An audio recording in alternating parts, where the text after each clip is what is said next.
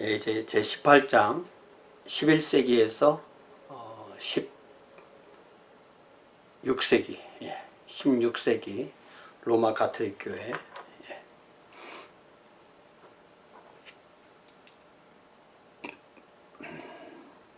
자, 먼저 십자군 운동인데요. 이 십자군 운동은 기독교 역사 전체에서 가장 부끄러운 사건이죠. 또 중세의 그 절정에 기독교가 가장 크게 사고를 친 것이 바로 이 십자군 운동이라고 할 수 있습니다. 크루세이즈라고 하고요. 1095년에 시작되어서 십자군 8차 전쟁 뭐 이런 말까지 하는데 한 200여 년 동안 계속됐고요. 보통 중요한 것이 1, 2, 3차이기 때문에 1, 2, 3, 4차이기 때문에 1, 2, 3, 4차 중심으로 강의를 하도록 하겠습니다. 십자군 전쟁이란 1095년부터 서방교회에 의해 시작된 일련의 거룩한 전쟁, 성전이라는 그런 기치를 걸은 거죠. 약 200년 동안 계속되었고 표면적인 목적은 회교도로부터 성지를 탈환한다는 것. 그러니까 기독교권이 회교권에게 전쟁을 한 것, 이렇게 정의할 수 있겠죠. 목표는 성지, 즉 예루살렘을 중심으로 이스라엘 땅을 탈환해서 성지 순례를 잘 하도록 하겠다, 이런 게 목적이었습니다. 십자군 전쟁을 일으킨 비종교적 원인도 많이 있었지만 종교적 원인은 보통 4가지를 듭니다. 비종교적 원인이라는 것은 뭐 사람이 가지고 있는 그런 욕심, 그런 거죠. 첫 번째는 성지를 회교도로부터 탈환해서 서방의 성지 순례자들이 성지 방문 시 안전을 회복한다.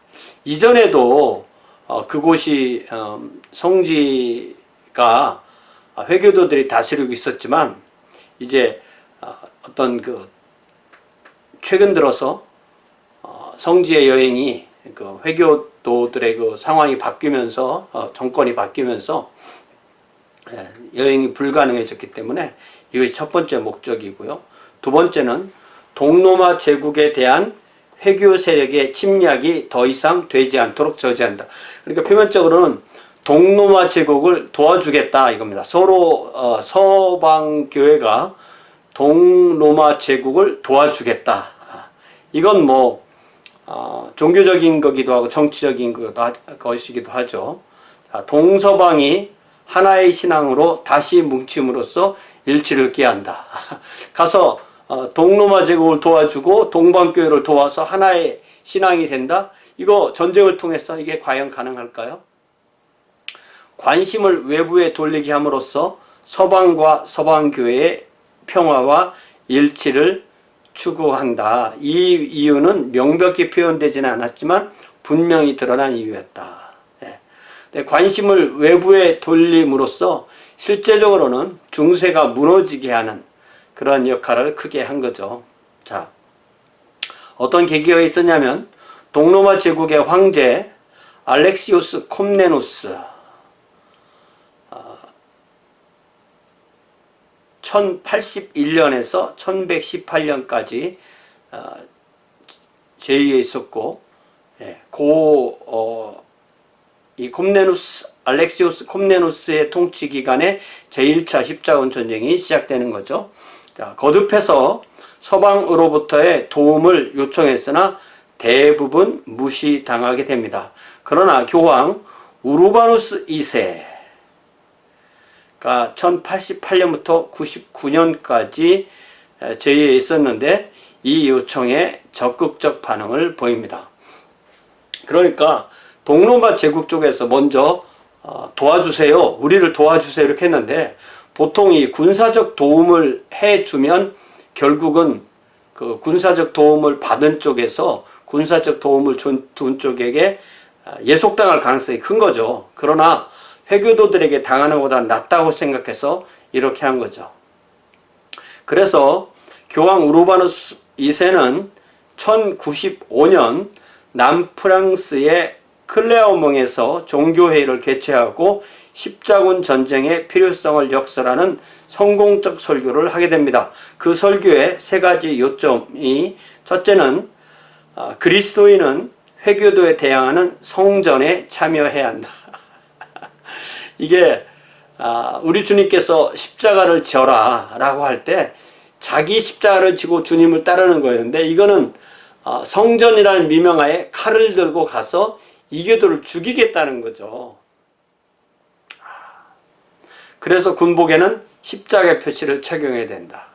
이게 얼마나 주님께서 원하시는 희생을 당하고 십자가를 지라는 말과 오히려 그 정반대로 십자가가 칼이 돼서 다른 사람을 죽이는 것에 주님의 이름이 쓰이게 되는 거죠.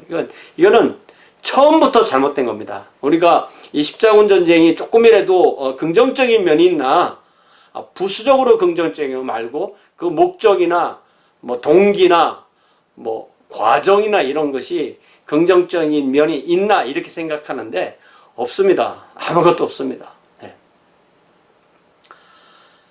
두 번째, 십자군 전쟁에 참여하는 자에게는 완전 면죄부가 약속된다.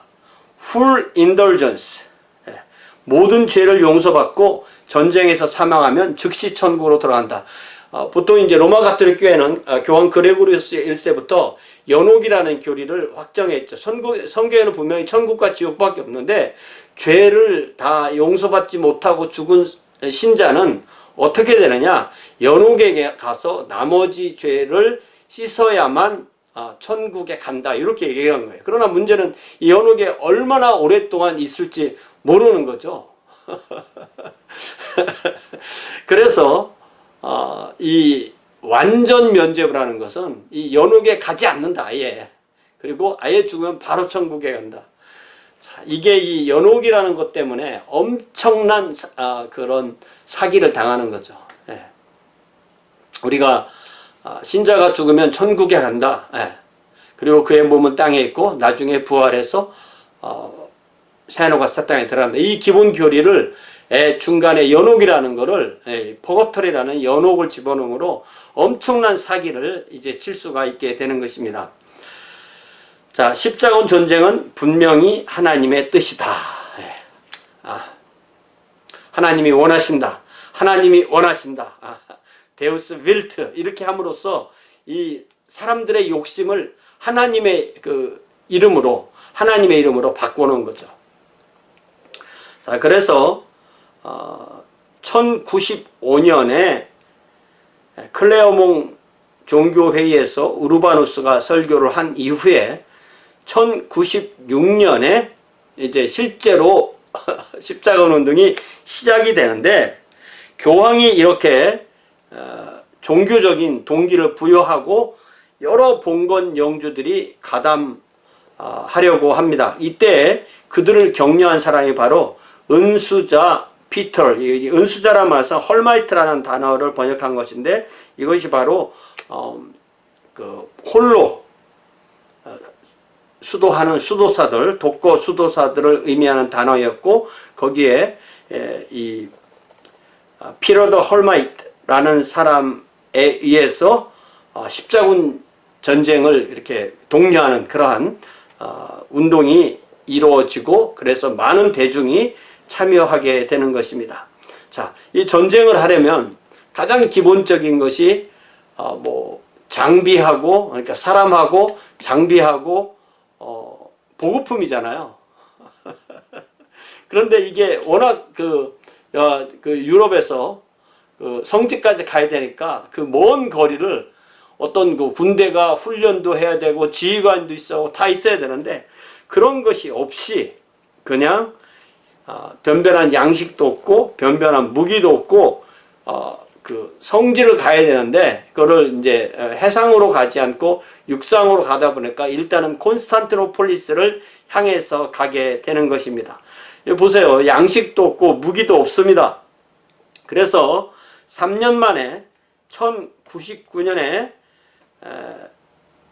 그러니까 처음에는 콘스탄티노폴리스로 갔는데 그 다음에 거기서 빨리 이 사람들을 돌려서 그 보스포러스 해협을 건너서 그 다음에 안티오크로 해서 예루살렘으로 가게 그렇게 했습니다.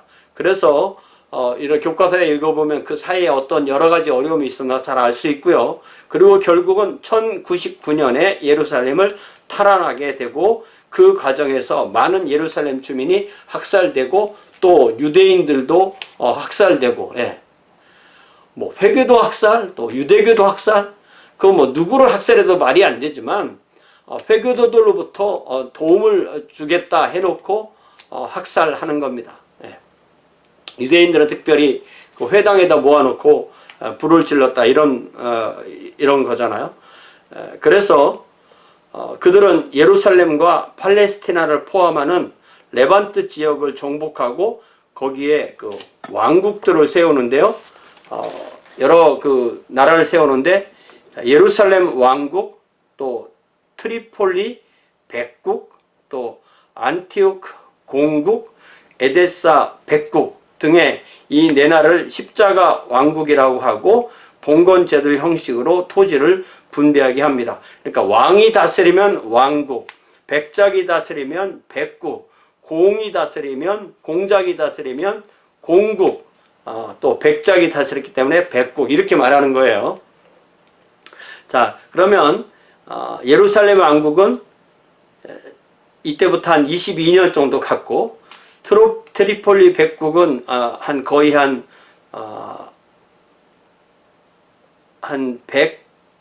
180년, 예, 1109년에서 1289년이니까 180년, 또 안티오크 공국은 한 170년, 에데사 백국은 약 한 150년 이 정도 50년, 예, 50년이죠, 50년.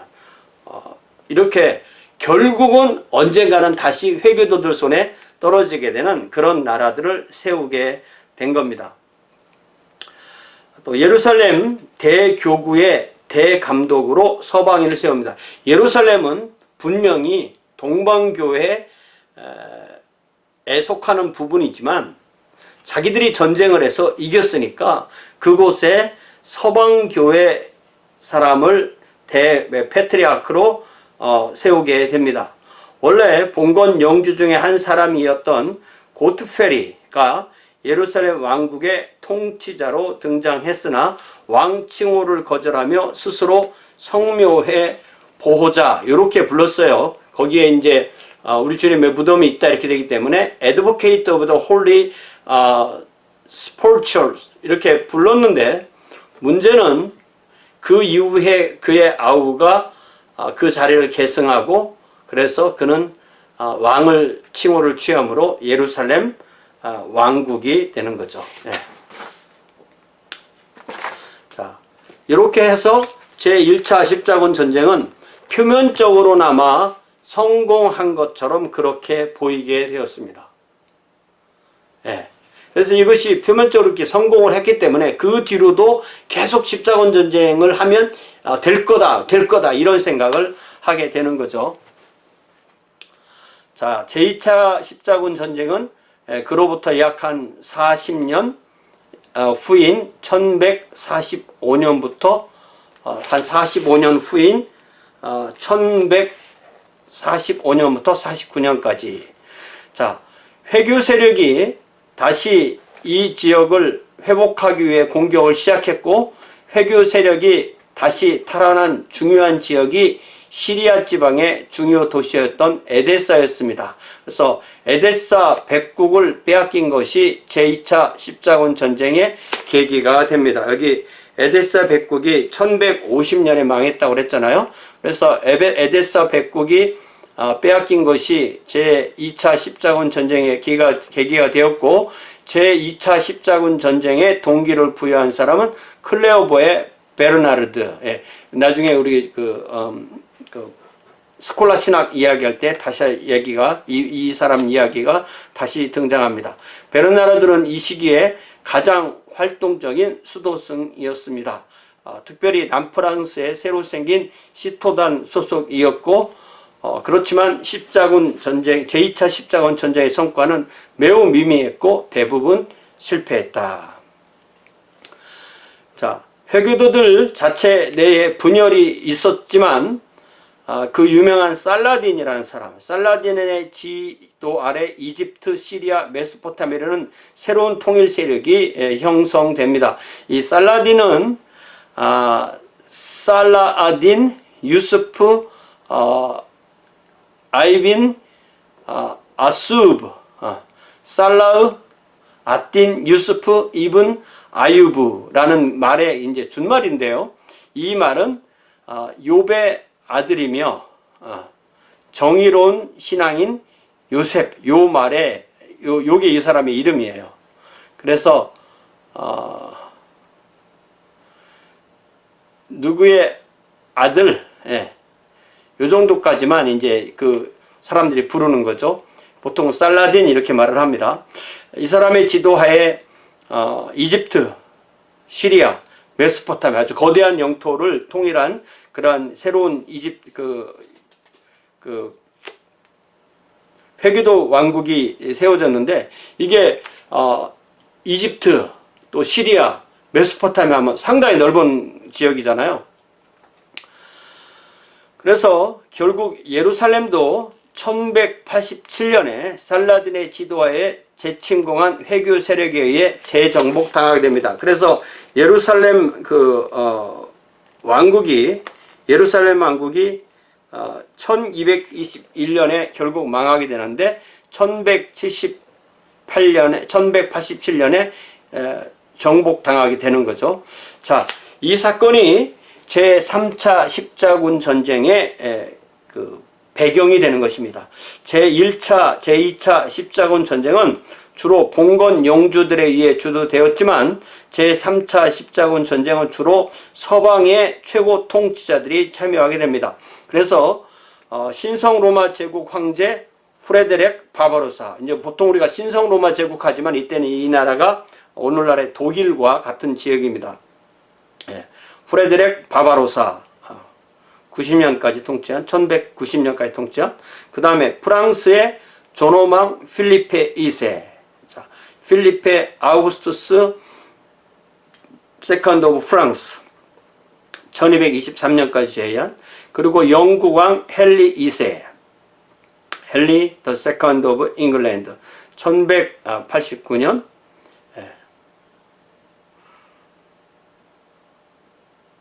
그리고 영국의 또 다른 왕 리처드 1세 등이 참여하게 됩니다. 자, 그런데 이 신성 로마 제국의 황제는 이 프레데릭 바바로사는 원종 두준에 오늘날 터키에 있는 살레프의 강에서 익사하고 맙니다. 또 프랑스와 영국의 왕들은 서로 견제하게 바빠서 효율적인 공격을 하지 못합니다. 나중에 혼자 남게 된 영국의 왕 리처드 1세, 보통 우리가 리처드 1세는 옛날부터 많이 들은 사자왕, 아주 용맹한 사람이었기 때문에 사자왕이라는 그런 그 별명을 얻은 것이죠. 또 리처드 1세, 더 라이언, 또 살라딘과 평화조약을 맺고 성지의 자유로운 여행을 확보하고 귀환하게 됩니다. 그러니까 여기서 뭐 살라딘이 사람이 나이스했기 때문에 이 리처드 1세를 많이 도와줬고, 그래서 이런 그 결과가 맺어지게 된 것입니다. 사실 오히려 이 십자군 전쟁에서 그래도 참 가장 보기 좋았던 것이 제3차군이었는 것인데, 왜냐하면은 살라딘과 리처드 1세 사이에 어떤 좋은 그런 이야기들이 오가게 되고, 또 어느 정도 평화로운 평화조약을 맺어서 성지의 자유로운 여행을 확보하고 귀환하였다는 점에서는 그래도 요거는 조금 긍정적인 면이 있다고 봐야 됩니다. 자, 그리고 제4차 십자군 전쟁은 1202년부터 1204년까지 있었는데, 이 십자군 전쟁이 제4차 십자군 전쟁이 제일 이상한 거예요. 왜냐하면 이 4차 십자군 전쟁은 회교도하고 싸운 게 아니고 십자군이 동로마 제국의 수도인 콘스탄티노폴리스를 공격하고 약탈하고 거기에 이 동로마 제국을 해협 건너로 보스포러스 해협 건너로 쫓아내고 거기에 서방 제국을 라틴 제국을 세운 거거든요. 그러니까 이게 가장 이상한 겁니다. 자, 이거 봅시다. 제4차 십자군 전쟁은 중세의 가장 강력한 교황인 인노켄티우스 3세 1198년에서 1216년까지 18년 동안 제위했는데 제4차 십자군은 베네치아 공화국의 해운업자들이 운영하는 배들을 이용하기로 그렇게 합니다. 요도 리퍼블릭 오브 베네치아, 이 베네치아라는 말이 이제 베니스라는 말과 같은 말이잖아요. 같은 곳을 말하잖아요. 이 베네치아 공화국이 생긴 해는 697년이고 망한 해가 1797년이니까 거의 1100년 동안 어떤 그 공화국으로 이 베니스가 그런 독립국가로 이렇게 있었던 거예요. 이 사람들이 이제 아랍 지역과 그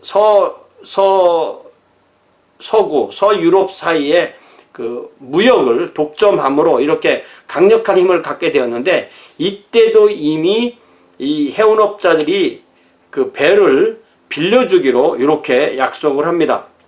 그래서 해운업자들이 운영하는 배들을 이용해서 이집트의 아이유브 왕조, 그러니까 살라딘이 세운 그 아이유브 왕조의 수도인 카이로를 공격하고자 해서 그렇게 계획을 세운 거예요.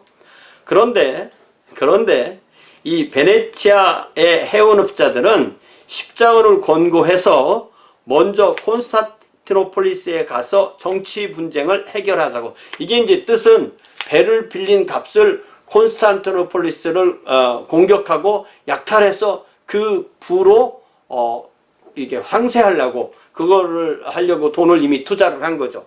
그러니까 이게 이 제4차 십자군 전쟁에 동원된 사람들보다 더 나쁜 사람들이 사실 이 베네치아의 이 해운업자들이었다고 할 수 있어요. 따라서 십자군은 콘스탄티노폴리스를 두 차례에 걸쳐 침공하고 소피아 성당을 포함한 전 도시를 약탈하고 라틴 제국, 라틴 임파이어, 임파이어 오브 로마니아, 이게 1204년에서 61년까지 약 한 60년 가까이 이런 나라를 세우는 것입니다. 그리고 서방 사람인 플랑드로 백작 보두행 1세, 보두인 더 퍼스트 오브 플랑드로, 이 사람을 황제 자리에 앉히고 서방인을 콘스탄티노폴리스 대감독으로 임명하게 됩니다. 동로마 제국은 수도를 보스포러스 해협 건너편 니케아로 옮겨서 니케아 제국을 세우고 1261년까지 그쪽으로 피신해 있는 피해서 나라를 세우고 있는 것입니다. 교황은 예루살렘의 진격을 명했지만 십자군은 거부하고 결국 이렇게 해서 제4차 십자군 전쟁이 중요한 십자군 전쟁의 마지막으로 되게 되는 것입니다. 그 외에 아동 십자군 등 몇 차례의 작은 십자군이 있었습니다. 예를 들자면 남프랑스의 한 아동은 하나님께서 큰 군대를 통해서 못 이루신 일을 아동들을 통해서 이루신다고 확신하고 아동 군대 모집을 시작합니다. 어른들은 타락해서 이런 일을 못하는 것이다. 아동들이 만약에 이 십자군에 참여하면 하나님이 이것을 성공하게 하실 것이다. 이런 그 미친 생각을 하고 그것을 어른들이 통제를 못하고 그래 수천 명의 아동이 집을 떠나서 동방으로 향하게 되고 결국 대부분의 아동은 노예로 팔리거나 살아서 노예로 팔리거나 굶주리며 죽거나 그렇게 됐다는 거죠. 십자군 전쟁은 점점 그래서 사라지게 됐고 1291년에 성지의 최후 보루까지 잃게 됐습니다. 1291년이니까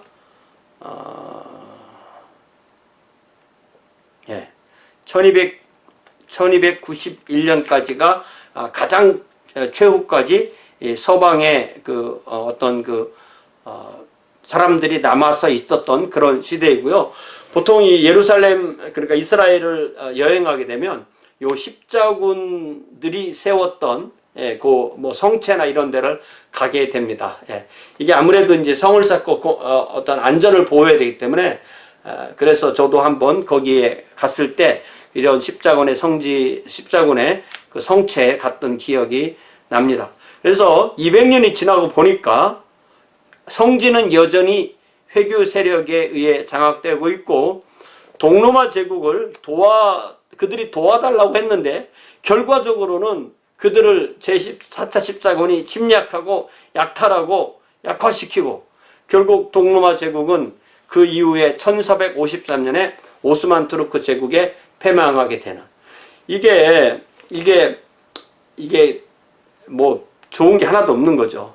특별히 이 결과 동방교회와 서방교회가 더 반목하고 더 멀어지게 되는, 특별히 오늘날도 이 회교도들에게 예수 그리스도를 구주와 주님으로 받아들이라는 것을 얘기할 때 가장 먼저 얘기하는 것이, 너희들은 예수의 이름으로 십자군을 동원해서 우리를 죽였다, 이 얘기를 하는 거예요. 이 얘기 때문에 더 이상 거기서 딱 멈춰서 진도가 안 나가는 겁니다. 그러니까 1000년 전에 있었던 일로 지금까지도 그것이 계속 내려와서 그들에게 복음을 전하기가 어렵게 되는 것입니다.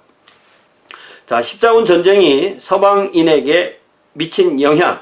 서방인은 동방의 높은 문화를 보았고, 이것이 문예부흥, 르네상스의 부분적 원인이 됩니다. 보통 우리가 르네상스와 종교개혁 이렇게 얘기하고, 이 르네상스의 어떤 그 북유럽 르네상스가 종교개혁과 이렇게 연결이 되잖아요. 그래서 우리가 종교개혁은 16세기, 그런다면 이 르네상스는 14세기, 이렇게 해서 르네상스가 좀 빠른데, 그렇게 되면 결국은 이 십자군 전쟁에 의해서 많은 사람이 동방에 가서 그것을 복음으로 서방의 어떤 그 문화적인 충격이나 어떤 문화적인 흐름이나 또 사람의 이동이나 이런 걸 통해서 서방이 눈이 뜨는, 그리고 그것이 아무래도 동방과 가까운 이탈리아를 중심으로 그러한 일이 이루어지게 되는 그런 부분적 원인이 되었다.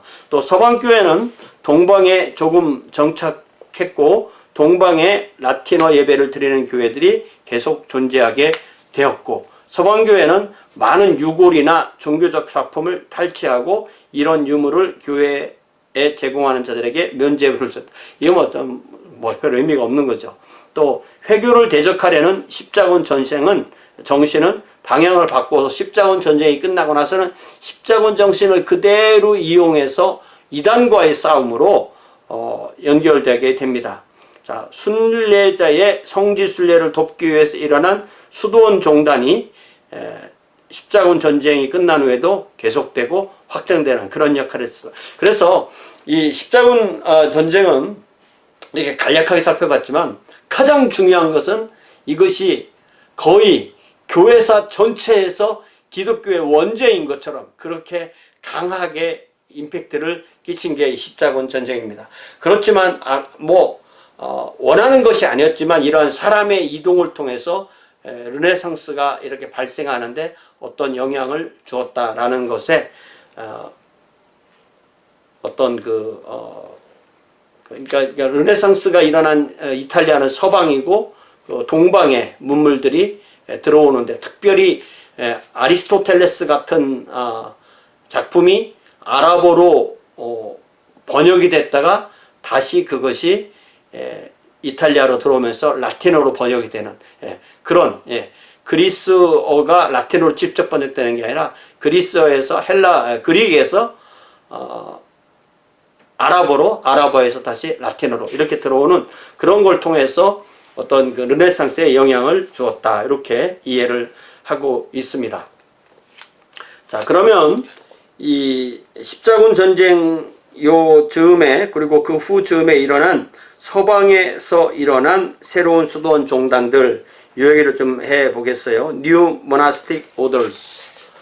수도원 제도는 원래 초대교회 동방에서 먼저 일어나서 동방 그리스도교의 중요한 세력이 되었고, 특별히 수도원이 기독교가 공인되고 난 이후에 기독교의 세속화를 막는 가장 그 천병의 역할을 한 사람들이 수도원이었고요.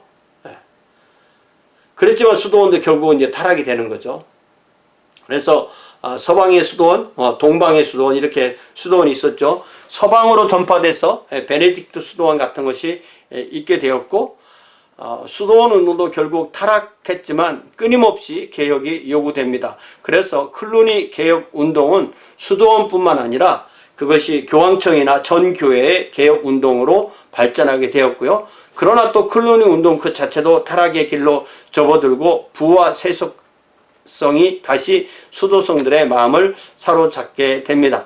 이렇게 수도원의 타락은 12세기, 13세기에 새로운 수도원 종단이 창설되는 계기가 되는데, 이때에는 신앙의 엄격성, 또 신앙의 단순성, 또 신앙의 청빈성, 이런 것을 강조하게 되는 거죠. 자, 이게 결국은 모든 수도원이 타락하게 되는 가장 핵심은 돈에 있습니다. 처음에는 청빈하기 시작됐는데 어떤 부자들이 죽으면서 기부하는 그러한 동산, 부동산, 특별히 부동산에 의해서 부가 집중되고, 그래서 또 타락하게 되는 거죠.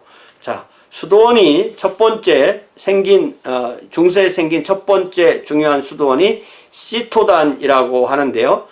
시터시안 오더, 시스터시안 종단, 시토단. 시토단이라는 것은, 이 시토라는 말은 라틴어로 치스테르치움이라는 이 단어가 있는데, 이 단어는 그냥 사막이라는 말이에요. 사막. 그러니까 어떤 사람 이름이 아닙니다. 자, 장소고요. 뜻은 사막이라는 뜻입니다. 12세기 남프랑스 디종 근처의 시토라는 지역에서 일어났고, 그 대표자가 바로 클레오보의 베르나르도. 요게 이제 제2차 십자군 전쟁에 그 영향을 끼쳤던 클레오보의 베르나르도. 특별히 1112년에 베르나르도와 30명의 동료가 남프랑스의 수도원에 들어갔고, 그는 3년 뒤에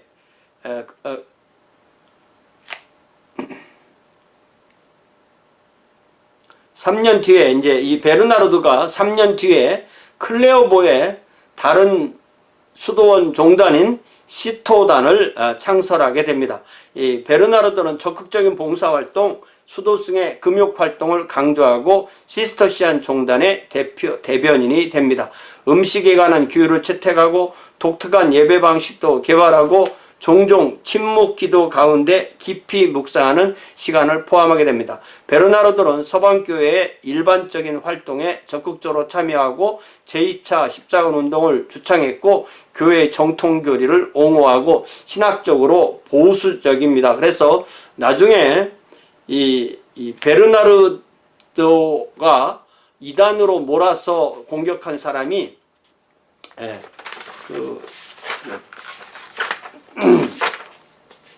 피에르 아벨라르라고 하는 좀 자유로운 경향이 있는 그런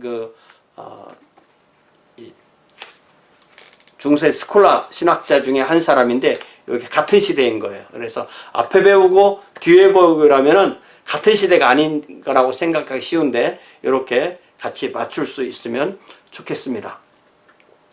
자, 그는 일종의 영성운동가였고, 그리스도에 대한 사랑, 그리스도의 고난에 대한 묵상도 강조하고 찬송가도 작시합니다. 그래서 145장 오 거룩하신 주님, 262장 날 구원하신 예수를, 이런 찬양이 바로 이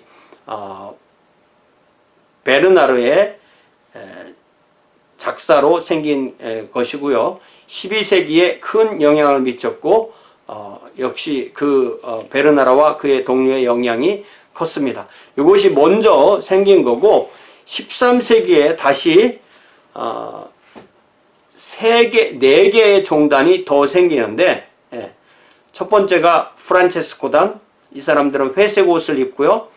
1210년에 태어나고, 도미니쿠스단은 검은색 옷을 입고, 그로부터 5년 후인 1215년에 태어나고, 카르멜단은 흰색 옷을 입고, 그로부터 14년 뒤인 1229년에 태어나고, 그리고 아우구스티누스단은 1256년에 탄생하게 됩니다. 자, 이걸 보면 이때가 로마 가톨릭이 가장 타락했던 시기인데, 이때 이렇게 수도원 종단이 100년 사이에 네 개나 태어났다는 것, 또 앞에 시토단까지 하면 5개가 중요한 이런 수도원이 이때 다 태어났다는 걸 생각하면 이게 참 신기한 거죠. 이게 바로 타락한 것에 대한 반작용으로 이러한 수도원이 생겨났다고 볼 수가 있습니다. 이런 수도원 종단은 13세기에 탄생해서 번창하기 시작한 도시들에서 확산하게 됩니다. 이 종단들은 탁발종단, 구걸종단이었어요. 청빈 서원을 하고 다른 사람의 기부에 의존해서 생활하는데, 이 수도원의 3대 서약이 뭐냐면, 첫 번째는 청빈 서원, vow of poverty, 또 순결 서원, vow of chastity, 또 상급자에 대한 복종, obedience to superiors. 요것이 있을 때에 바로 이것이 수도원의 생활의 가장 기본이 되는 겁니다. 여기에 보면 청빈, 가난하게 살겠다. 순결, 성생활 하지 않겠다는 거죠. 결혼하는 것뿐만 아니라 성생활 자체를 하지 않겠다는 거고요. 그 다음에 상급자에게 복종하겠다. 자신의 어떤 권력을 포기하는 것과 마찬가지입니다. 그래서 이것도 사실은 신명기 17장에 있는 이 왕에게 주신 하나님의 명령과 딱 통하는 거라고 볼 수가 있어요. 자, 신명기 17장을 다시 한번 우리가 보면, 왕을 구할 때 어떤 사람을 왕으로 세워라 할 때, 자, 그는, 자, 좀 더 가까이 읽어보면 14절부터 내가 내 하나님 여호와께서 내게 주시는 땅에 이르러 그 땅을 차지하고 거주할 때 만일 우리도 우리 주위의 모든 민족들 같이 우리 위에 왕을 세워야겠다는 생각이 나거든 반드시 내 하나님 여호와께서 택하신 자를 내 위에 왕으로 세울 것이며 내 위에 왕을 세우려면 내 형제 중에서 한 사람을 세울 것이요 내 형제 아닌 타국인을 내 위에 세우지 말 것이며. 자, 16절 17절 왕이 많이 가져서는 안 되는 것. 첫 번째는 병마를 많이 두지 말 것이요 병마를 많이 얻으려고 그 백성을 애굽으로 돌아가게 하지 말 것이니 이는 여호와께서 너희에게 이르시기를 너희가 그 후에는 그 길로 다시 돌아가지 말 것이라 하셨음이며. 많은 말이 이집트에서 생산됐고 이집트에 가서 말을 사오려고 이집트로 가지 말아라. 병마를 많이 두지 말아라. 이 병마를 많이 두는 것은 어떤 파워죠. 능력입니다. 근데 수도사들은 자기의 어떤 이 파워를 다 없애고 무조건 상급자, 특히 이제 에버티라고 말하는 이 수도 원장의 명령에 최대한 복종하는 것. 자기의 권력이 없는 거예요. 복종이라는 것은 권력이 없는 거죠. 두 번째, 그에게 아내를 많이 두어 그의 마음이 미혹되게 하지 말 것이며. 여기는 이제 아내를 많이 두지 말라고 했는데 수도원에서는 아예 결혼을 하지 않고 성생활을 하지 않겠다는 거죠. 세 번째, 자기를 위하여 은금을 많이 쌓지 말 것이니라. 왕은 돈을 많이 갖지 말아라. 그런데 수도사들은 청빈으로 하겠다. 그러니까 여기에 이 신명기 17장 이 말씀의 핵심은 뭐냐면 뭐가 어디까지가 맞냐는 거죠. 말은 그래서 다윗 같으면 한 마리도 갖지 않았습니다. 그러나 다윗은 아내를 많이 두려고 했고 밧세바의 사건도 일으켰죠. 그리고 은금도 많이 쌓였죠. 이제 솔로몬에 가서는 병마를 많이 두고 아내도 많이 두고 은금도 많이 쌓았기 때문에 결코 올바른 왕이라고 할 수가 없습니다. 자, 이렇게 중세 수도원은 그렇게 사람이 가장 중요하게 생각하는 세 가지, 힘, 성, 돈이죠. 힘, 성, 돈, power, sex, money. 이것을 최대한 안 갖는다. 그래서 우리는 가난하게 살기로 했다. 순결하게 살기로 했다. 나의 모든 결정권은 나의 상급자에게 맡긴다. 이런 것을 가지고 이 수도원 생활을 하려고 했던 거죠. 자, 여기 특별히 탁발이라는 말이 있는데요. 탁발.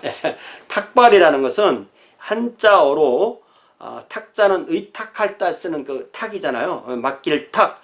그 다음에 발은 이게 이제 우리가 주발, 사발 할 때 그 발자예요. 그래서 그 뜻은 발인데 이 바리떼라는 것은 밥그릇인데 특별히 이렇게 승려들이 가지고 있는 밥그릇을 이 발이라고 그랬어요. 그래서 탁발은 밥그릇에 의탁한다. 밥그릇에 의탁한다. 노동에 의탁하지 않고 그릇만 갖고 살겠다는 거예요. 예. 탁발이라는 말은 문자적으로 목숨을 그릇에 맡긴다. 목숨을 동량에 의해서 유지한다. 그러니까 다른 생산활동을 하지 않고 그릇만 갖고 다니면서 거기에 음식을 채워주면 그 음식을 먹겠다. 이거죠. 우리가 주변에 그 탁발 수도승은 많이 보지 못했지만, 저만 해도 어릴 때 동네에 이 불교 스님들이 와서 그 경을 외우고 목탁을 두드리고 경을 외우면 쌀이나 이런 걸 줬던 기억이 납니다. 이게 바로 탁발이라는, 그래서 우리가 탁발이라는 것을 결국 청빈하게 살기 위해서 재산을 갖지 않겠다는 것을 상징하는 그런 행위라고 할 수 있고, 실제로 그렇게 사는 것이 탁발입니다. 자, 첫 번째로 이 13세기에 생긴 네 종단 중에서 첫 번째가 바로 프란체스코고요. 프란체스코는 아시시의 프란체스코의 생애와 사상으로부터 시작되는데, 프란체스코는 1182년에서 1226년까지의 삶을 살았고요. 이탈리아 중부의 아시시 지역에서 살았었고, 부유한 옷장수의 아들로 태어납니다. 그는 평범한 소년이었지만 질병 중에 환상을 보는 깊은 종교적 체험을 한 뒤에 그의 생애를 다른 사람을 섬기는 삶으로 헌신하게 됩니다. 후에 낙후된 예배당을 개축하는 데 관심을 가지고 그 목적을 위해 자기 아버지의 돈을 사용하게 됩니다. 그러니까 네가 도우려면 네 돈으로 해. 그래서 아버지에게 결국 유산을 상속받지 못하고 쫓겨나다시피 하게 되는 거죠. 또 그 사이에 이 프랑스 사람이니까 로마로 여행하면서 많은 빈궁한 사람을 만나게 됩니다. 그래서 거지의 생활이 어떤 것인지 알기 위해서 거지와 옷을 바꿔 입고 거지 생활을 했다는 이야기도 전해지게 됩니다. 우리가 한 번이라도 이런 거지 체험, 저는 어떤 그 단체에서 사람을 불러다가 우리 자녀들을 훈련시킨다고 거지를 시켜보고 하는 그런 거 반대합니다. 그거는 결코 우리가 체험해서도 안 될 것 같아요. 그거는 참 어려운 일입니다. 우리가 이런 이 홈레스 피플이 된다. 이 얼마나 무서운 체험이에요. 자, 1209년에 그는 순회 설교자가 되어서 하나님의 왕국을 선포하며 예수님의 삶을 본받고자 했습니다. 예수님을 우리가 그리스도인이 된다는 것은 크게 두 가지잖아요. 그리스도를 믿고 그리스도처럼 사는 것. 그래서 특별히 그리스도의 삶을 본받고자 했고, 많은 사람이 곧 그를 따르게 됐고, 둘씩 짝을 지어 단순한 옷을 입고 설교하고 약자를 돕고 탁발 생활을 합니다. 1210년에 교황 인노케티우스 3세가 그들의 선교 사업을 가인준해 주었고, 곧 많은 사람들이 프란체스코단에 가입하게 됩니다. 얼마 후에 그 프란체스코단과 연결된 여성 종단도 일어나고, 단순한 생활을 하기는 하지만 가정 생활을 유지하는, 그래서 완전히 가입하지 않는 그런 종단도 따로 생겨나게 됩니다. 자, 프란체스코의 생애 중에는 많은 신비한 전설이 전해집니다. 자연을 지극히 사랑해서 건강의 문제로 인해 일시산중에 은거할 때 1월 성신 이게 이제 옛날에 번역이 됐으니까 이런 표현들이 살아있는 거예요. 1월 성신, 또 금수초목, 산천계곡, 기화어류를 형제라 불렀다. 하늘의 태양과 달, 별자리, 또 금수초목, 동물과 이 풀과 나무, 또 산천계곡, 산과 또 계곡, 또 기와어류, 또 아주 기묘한 꽃과 또 물고기들, 이렇게 다 자연이죠. 이것을 형제라 부르고 태양의 노래를 부르고 산새들에게 설교를 했다. 이거 뭐냐면 가장 자연으로 돌아간 그런 모습이죠.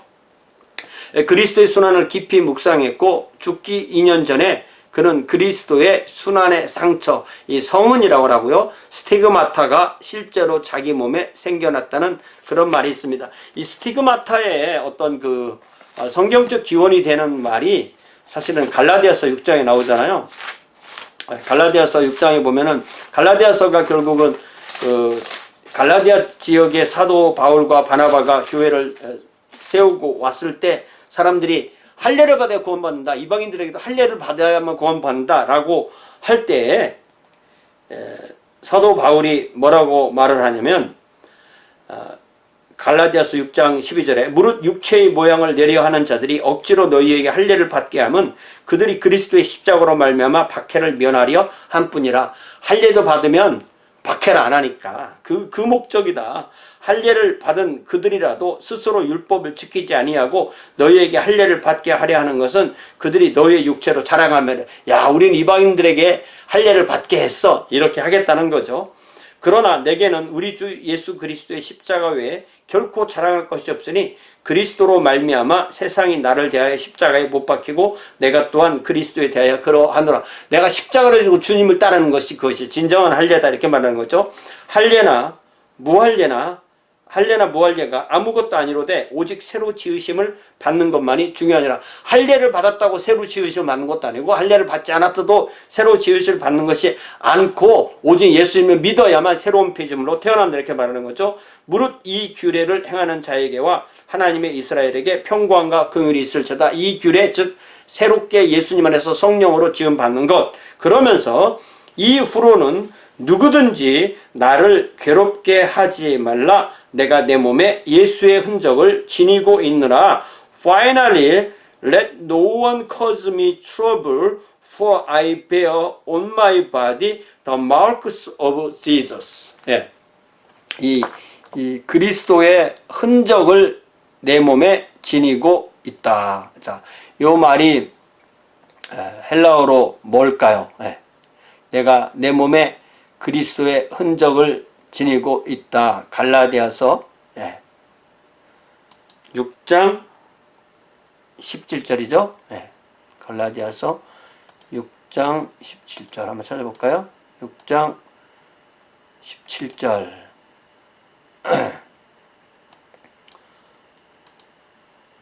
보니까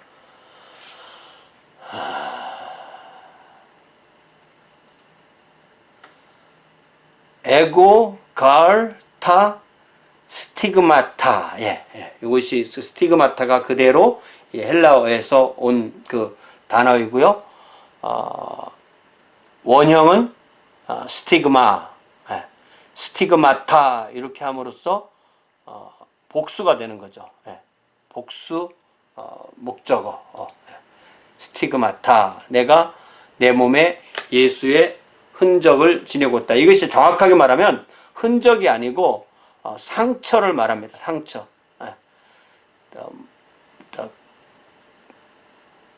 The bed of leaves or roses. 이렇게 해서 이 사도 바울이 내가 예수의 흔적을 가지고 있다. 내가 핍박받은 것이 내 몸에 상처로 남아있다. 이거거든요. 그러니까 니들 몸을 스스로 할례를 해서 훼손하지 말아라. 예수님을 따르고 십자가를 지고 따르다 보면 자연스럽게 박해를 받다 몸에 상처가 남게 돼 있다 이거예요. 스스로 상처를 내지 말아라 이거예요. 그런데 이것이 나중에 어떤 그 신비로운 그런 신비주의와 연결되어서 어떤 그 신비로 들어가면 하나님께서 몸에다 이런 상처를 남겨주신다. 이런 의미로 이때 이 성은이라는 얘기를 하게 되는 것입니다. 자, 프란체스코는 자기 자신을 아무 이기심 없이 다른 사람을 위해 헌신한 사람임에 분명합니다. 그는 생애 말기 2년 동안 안질로 실명하였고요. 또 찬송가 33장 온천하나 만물으로 이것이 바로 프란체스코의 작시라고 그렇게 하고요.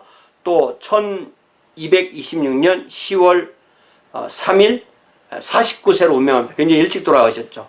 그가 운명할 때 종달새 떼가 그 집에 둘러 노래했고 그의 사후 2년 만에 로마 가톨릭 교회는 그를 보성자로 선언하는데 이렇게 이르게 시성하는 것은 전례가 없는 일이었습니다.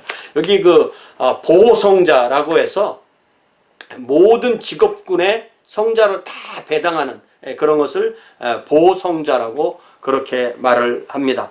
그래서 이 모든 직업군 그리고 모든 나라의 성자들이 있죠. 참 이거 우리 개신교도의 입장에서 볼 때는 잘 적응이 안 되는 것입니다. 자, 이미 프란체스코가 죽기 이전에도 그의 종단에는 변화가 일어나기 시작했었고요. 특별히 학문 연구가 강조되기 시작했고 집단 재산이 형성되기 시작합니다. 이 재산이 쌓이게 되면 이미 이 수도원의 모습이 흐트러지기 시작하는 거죠. 조직과 규율이 형성되고 종단이 커지자 여러 번 이 규율을 개정하게 됩니다. 프란체스코의 이상을 실현코자 하는 사람과 반대 방향으로 움직이는 사람 사이에 분열이 일어납니다. 그래서 이 프란체스코도 좀 더 보수적인 것, 좀 더 자유로운 것, 좀 더 신비적인 것, 좀 더 조직적인 것, 이런 것으로 베리에이션이 그 안에 생기게 되는 거죠.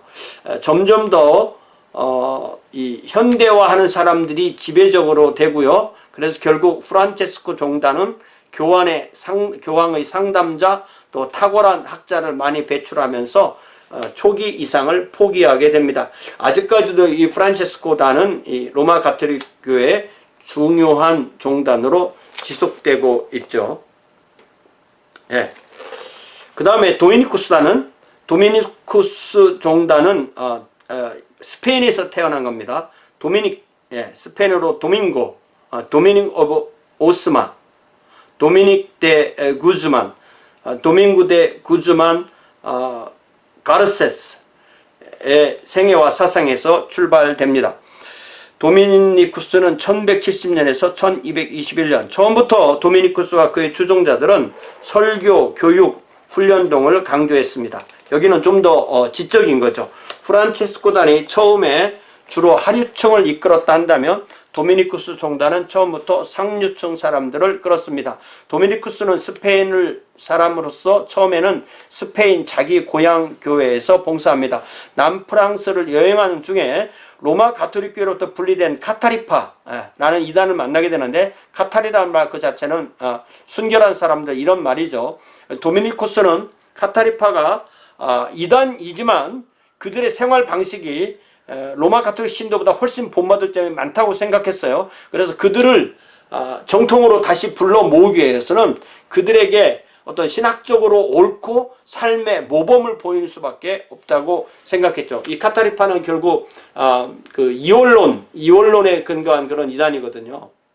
그래서 어떤 육체적인 것은 다 죄고 영적인 것만 옳다고 생각하는 그런 것이었고, 그래서 그들을 인도하기 위해서 설교와 삶의 모범을 보이려고 남프랑스에 정착해서 종단을 만들면서 1215년에 역시 교황 인노케온티우스 3세에게 선교 사역의 인준을 받고, 또 그리고 3년 후인 1218년에는 프란체스코에게 감명을 받아서 그의 종단도 탁발 종단으로 이제 되게 됩니다. 도미니쿠스는 생애 마지막 몇 달을 로마에서 보내고 로마에서 사망하게 됩니다.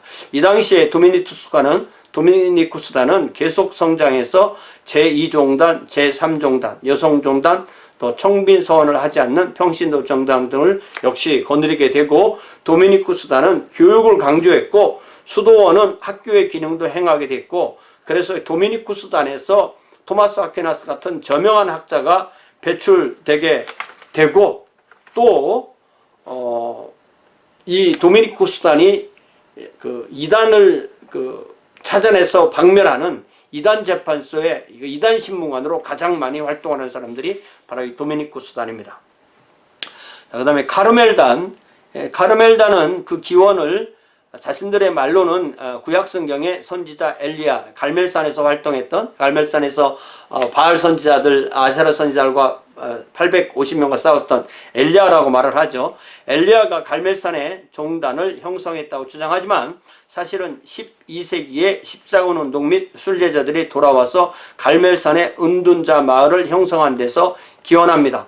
자, 그래서 이 생긴 것은 갈멜산에 생겼기 때문에 갈멜단이라고 하는 거죠. 그들은 주로 침묵과 묵상의 생활을 했고, 또 곧 일종의 탁발 종단이 되어서 1229년에 호노리우스 3세 교황 때 인준을 받습니다. 팔레스티나가 회교도에게 재점령당했을 때 카르멜다는 다른 지역으로 흩어져서 서방과 동방의 공동체를 형성하게 됩니다. 그리고 네 번째로 생긴 이 종단이 바로 아우구스티누스단이고요. 아우구스티누스단은 히포의 아우구스티누스의 생애와 사상에 근거를 두고 나중에 생긴 거죠. 이탈리아에서 시작되었고 아우구스티누스의 규율을 따르기로 결정하고 설교와 학문을 강조합니다. 그러니까 아우구스티누스는 5세기의 초대교회 교부인데 그분도 역시 이 수도원에 대해서 관심이 많았고 그 아우구스티누스의 규율 이런 것을 남겨놓았는데 그걸 가지고 그대로 이 종단을 만든 것입니다.